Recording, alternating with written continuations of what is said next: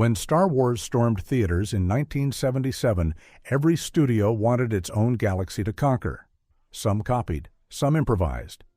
And a few strange imposters accidentally created the very tropes modern sci-fi depends on today. Imagine laser battles on shoestring budgets in alien worlds stitched from tinfoil and ambition. These so-called knockoffs change the genre forever, often by mistake. Let's count down Star Wars clones that accidentally reinvented science fiction. Battle Beyond the Stars, 1980. Roger Corman's Battle Beyond the Stars began as a blatant Star Wars imitation, but ended up doing something astonishing. Produced on a tiny budget of $2 million, it tried to bottle George Lucas's Lightning without the franchise rights. The plot was pure space opera. A peaceful farming planet hires a ragtag band of mercenaries to defend it from an intergalactic tyrant named Sador. Sound familiar? It was the Magnificent Seven in outer space. Corman's team had almost no money yet. The film became a training ground for future legends. A young James Cameron worked on miniature effects and spaceship design. His low-cost ingenuity would later shape Aliens and Terminator. Composer James Horner crafted the sweeping score that hinted at his later Academy Award success. But the real twist came from the film's subtext.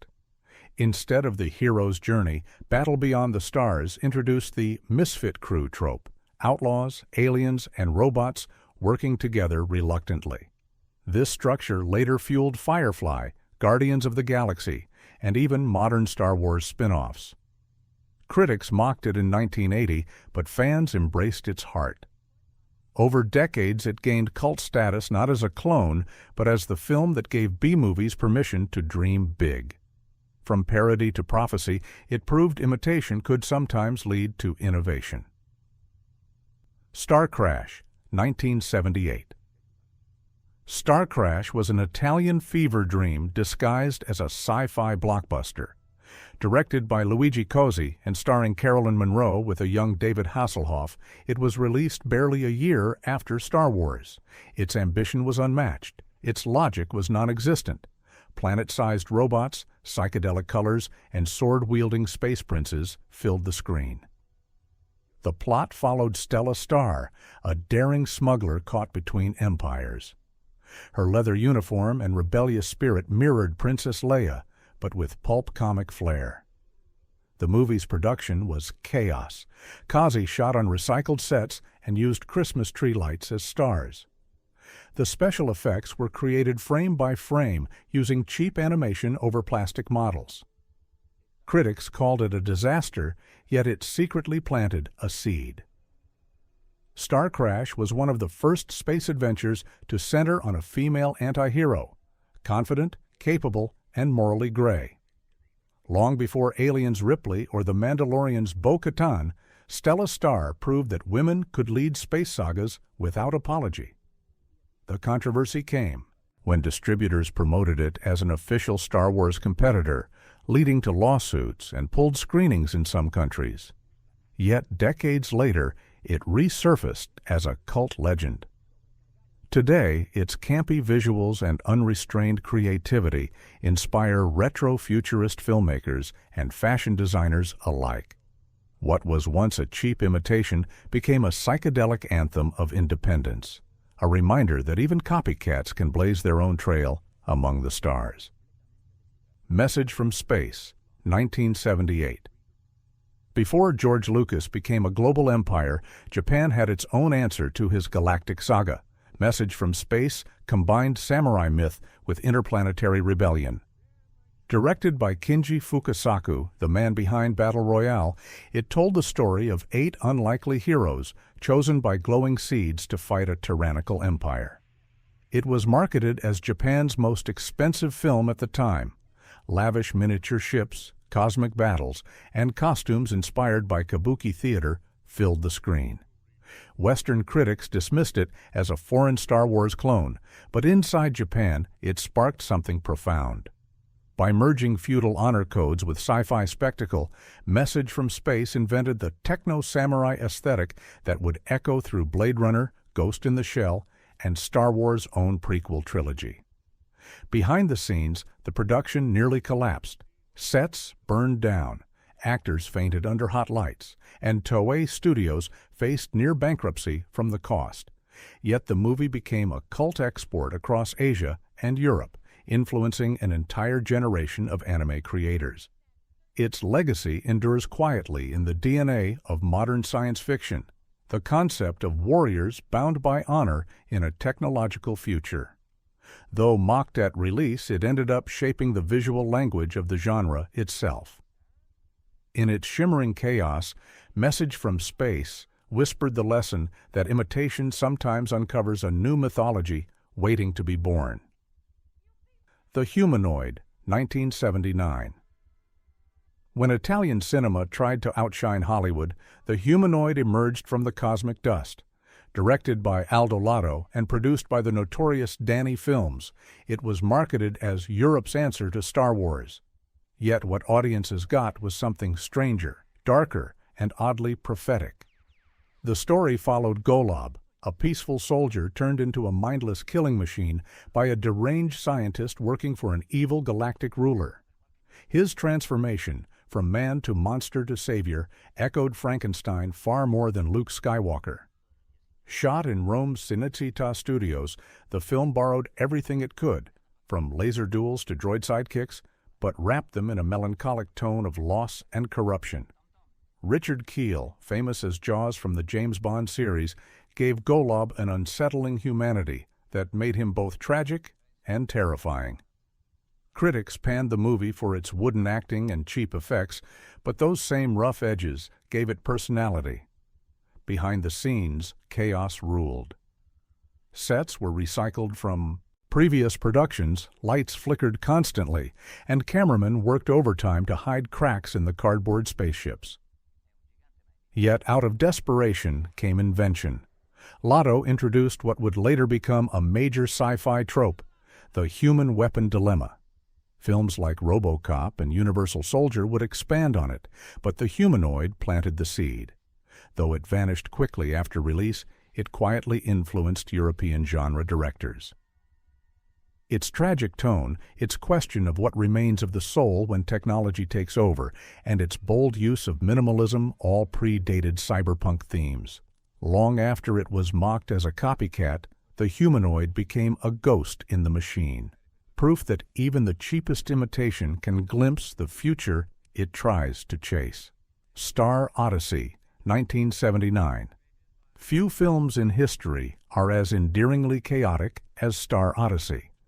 Also known as Metallica in some countries, this Italian space opera tried to ride the Star Wars wave, but fell straight into another galaxy of weirdness. Its plot was so bizarre it bordered on poetry. Earth has been sold at a cosmic auction to a mysterious race of masked overlords. A group of scientists, aliens, and psychic androids must fight back with laser swords powered by human thought.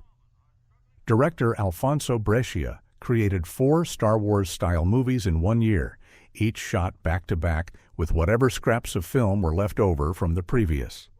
The budget was microscopic, forcing the crew to improvise using colored filters, retaped explosions, and aluminum foil spacecraft. Actors performed without full scripts, making up lines mid-scene. The controversy began when distributors tried to trick audiences by packaging it as a lost Lucasfilm project.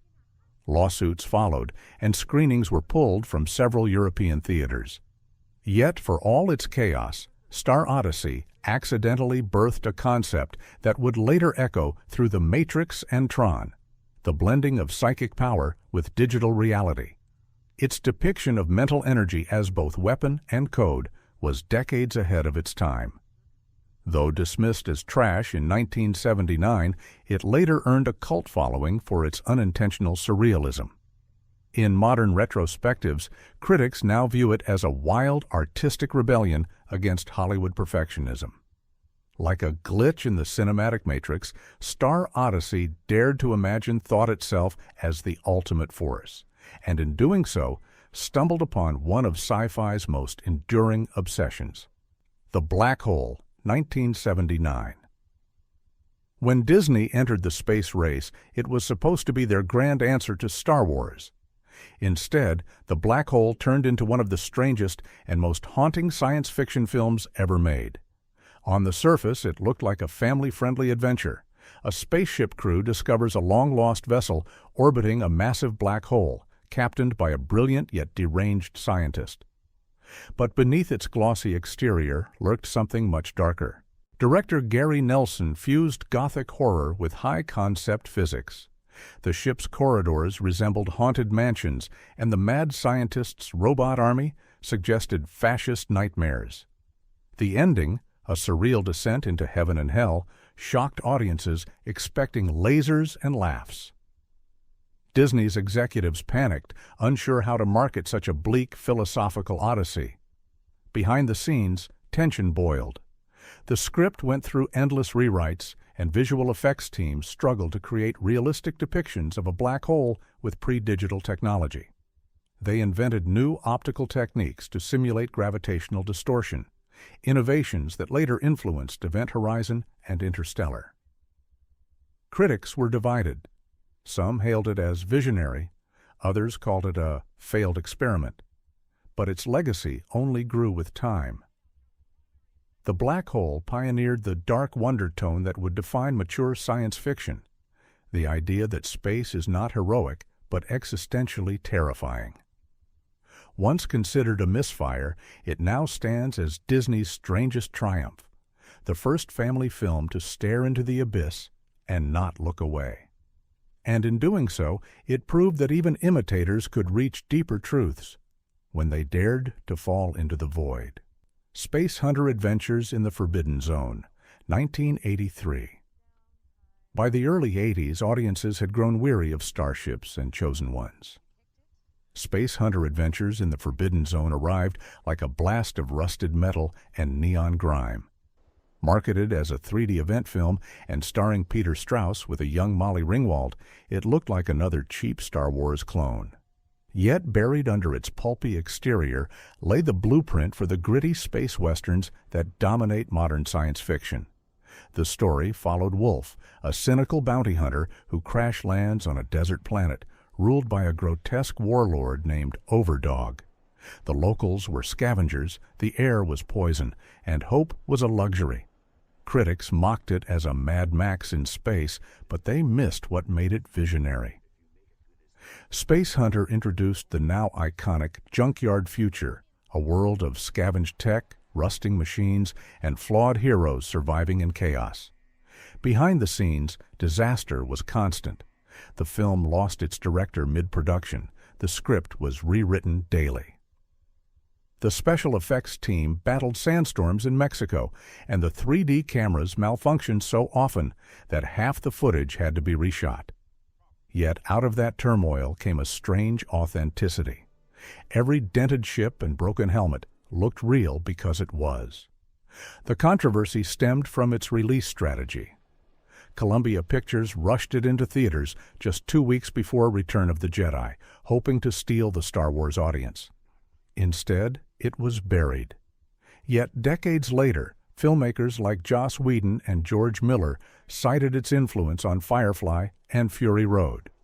What began as imitation became inspiration. In its dust-choked landscapes and weary wanderers, Space Hunter accidentally created the space western archetype that still defines science fiction today. Battle Truck, 1982.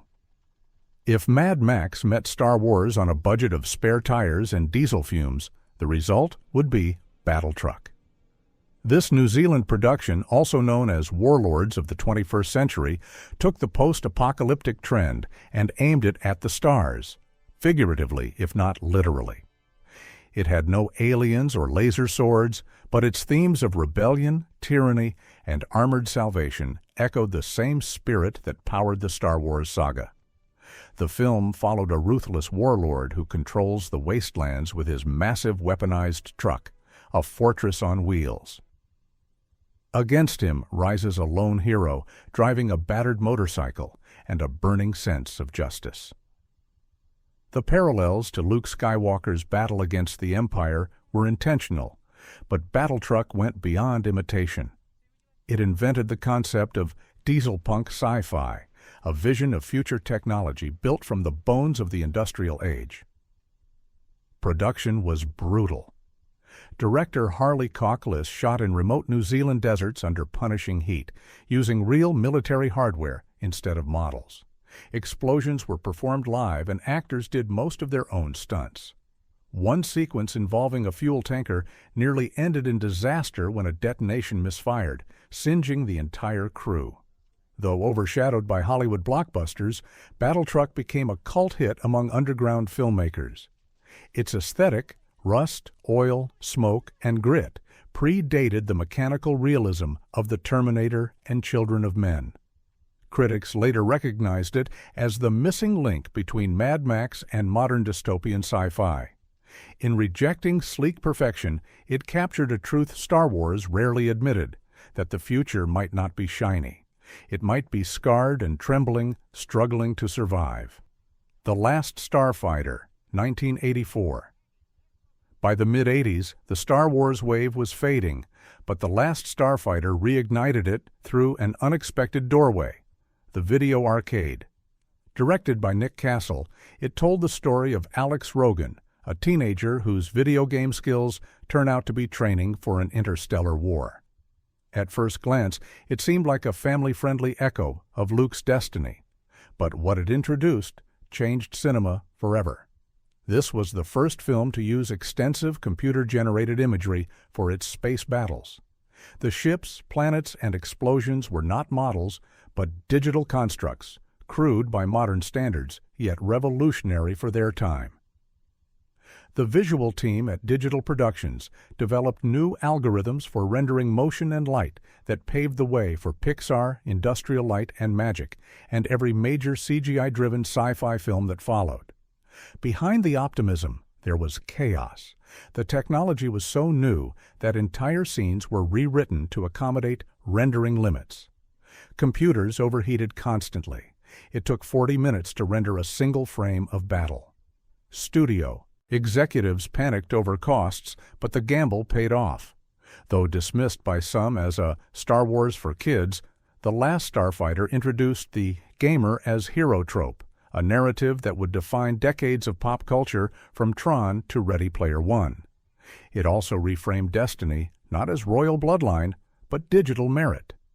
In a world obsessed with chosen ones, this film quietly said skill and courage could come from anywhere, even behind a joystick.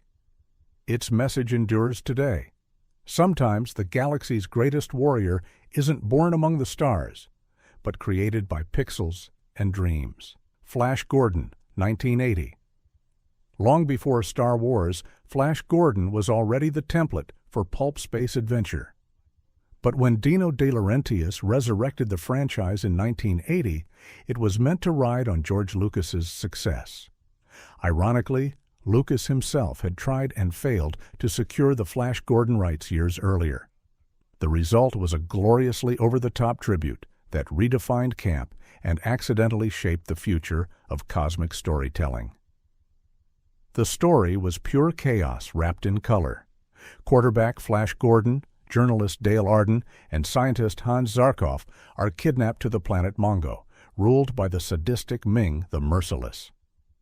What followed was a kaleidoscope of laser duels, crystal cities, and outrageous costumes, a psychedelic dream rendered in gold and neon.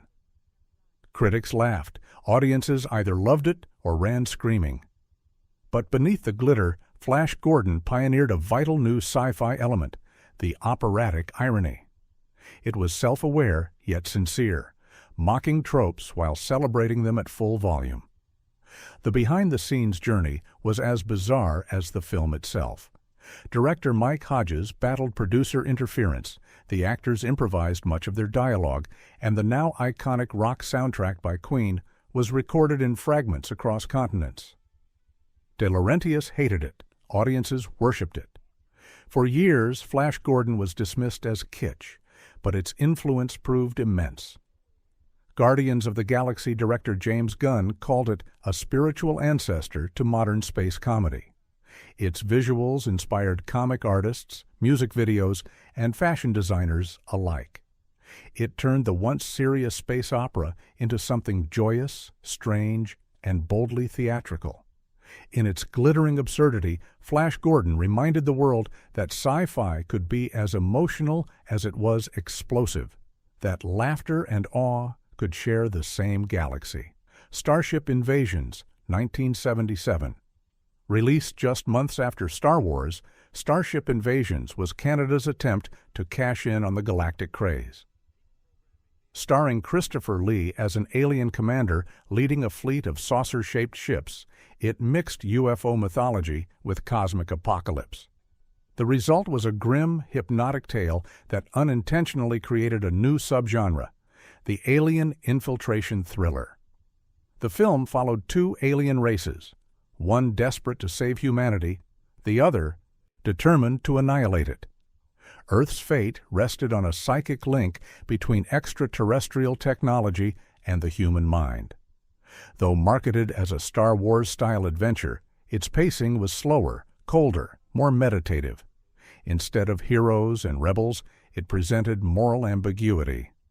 Who decides the worth of a civilization, and who enforces that decision? Behind the camera, the production nearly collapsed. Director Ed Hunt had to build all effects manually using fishing wire and mirrored discs. Studio executives demanded more explosions, while Hunt insisted on philosophy. When the film released, critics savaged it. Yet UFO researchers and sci-fi theorists saw something else, the birth of the government alien cover-up trope that would later dominate The X-Files and Independence Day. Its biggest controversy came from its marketing campaign, which used actual photos of UFOs from newspaper archives, blurring fiction and conspiracy. Some theaters even pulled posters after complaints from skeptical organizations. Though forgotten for decades, Starship Invasions quietly reshaped public fascination with alien secrecy. It suggested that the real invaders might not arrive from the stars, but from within our institutions. Once mocked as a poor imitation, it became the first film to treat extraterrestrial conflict as spiritual paranoia, a theme still echoing in today's sci-fi thrillers. Krull, 1983. When Krull premiered, audiences expected another fantasy epic chasing Star Wars success. What they got was something hauntingly unique, a fusion of sword and sorcery with cosmic horror. Directed by Peter Yates, the film told the tale of Prince Colwyn's quest to rescue his bride from the Beast, a shape-shifting alien overlord who merges magic and machinery. At the time, critics didn't know what to make of it. The sets looked like fairy tales, yet the weapons, especially the razor-edged glaive, were pure science fiction. The result was a universe where castles existed on asteroids and destiny was written in starlight. It failed at the box office, but in failure it invented one of the most enduring tropes in speculative cinema, the fantasy sci-fi hybrid. Behind the scenes, the production was monumental.